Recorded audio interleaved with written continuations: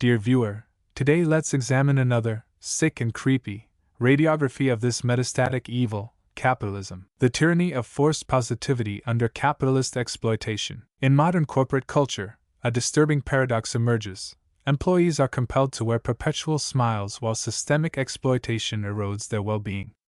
Imagine a gilded cage, its bars shimmering with promises of security and success, yet its lock rusted shut by greed. Inside, workers flutter like exhausted birds, their wings clipped by wage cuts and their songs stifled by the demand for ceaseless cheer. The coercive expectation of unwavering cheerfulness in workplaces where management slashes wages, overworks staff, and neglects necessary investments, all to maximize profit.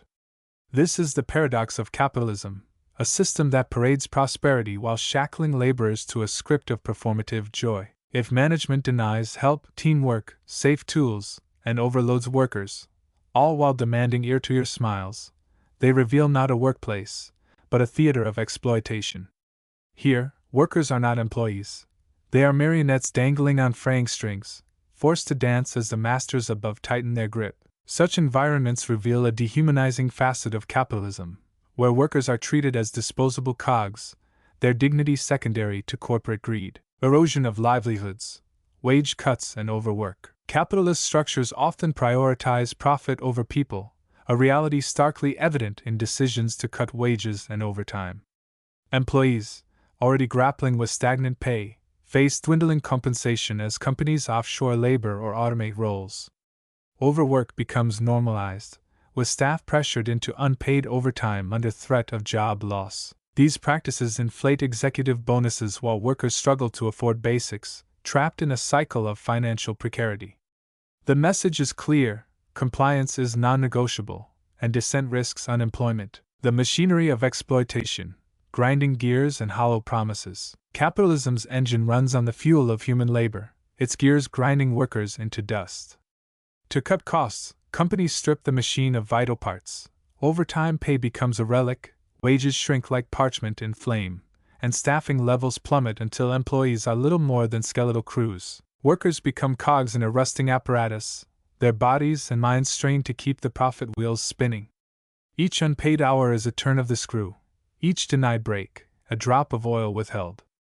Yet the machine's operators, suited puppeteers in boardrooms, insist the grind is a privilege. Be grateful. They coo, as they pocket the dividends of others' decay, sacrificing safety for shareholder profits. Further exploitation manifests in cost-cutting measures that jeopardize safety and efficiency. Firms delay machinery upgrades, operate with skeletal staff, and ignore hazardous conditions to protect margins. For example, warehouse workers may face injury risks due to outdated equipment, while nurses juggle unsustainable patient loads. Such neglect underscores a moral bankruptcy. Profits are prioritized even at the cost of human health. Workers endure these conditions silently, aware that speaking out brands them as troublemakers. The tightrope of neglect, walking the edge of collapse. When corporations prioritize profit over people, workplaces transform into perilous tightropes. Workers balance daily on fraying ropes, their safety nets yanked away. Outdated machines hiss and sputter like dying beasts.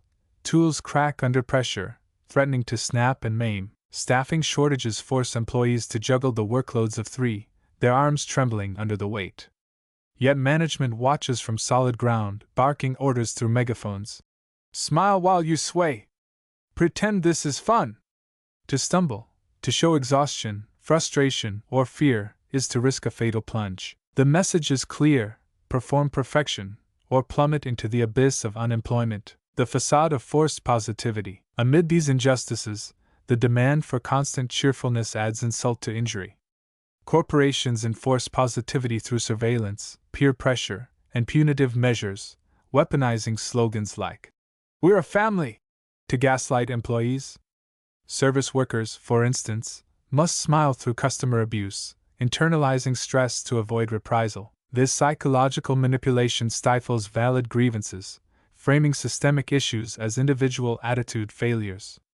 The result is a culture of fear, where authentic emotions are suppressed to maintain a veneer of harmony. The mask of forced joy, carved smiles and silent screams. Beneath the corporate facade of positive culture lies a more sinister ritual: the carving of smiles into flesh.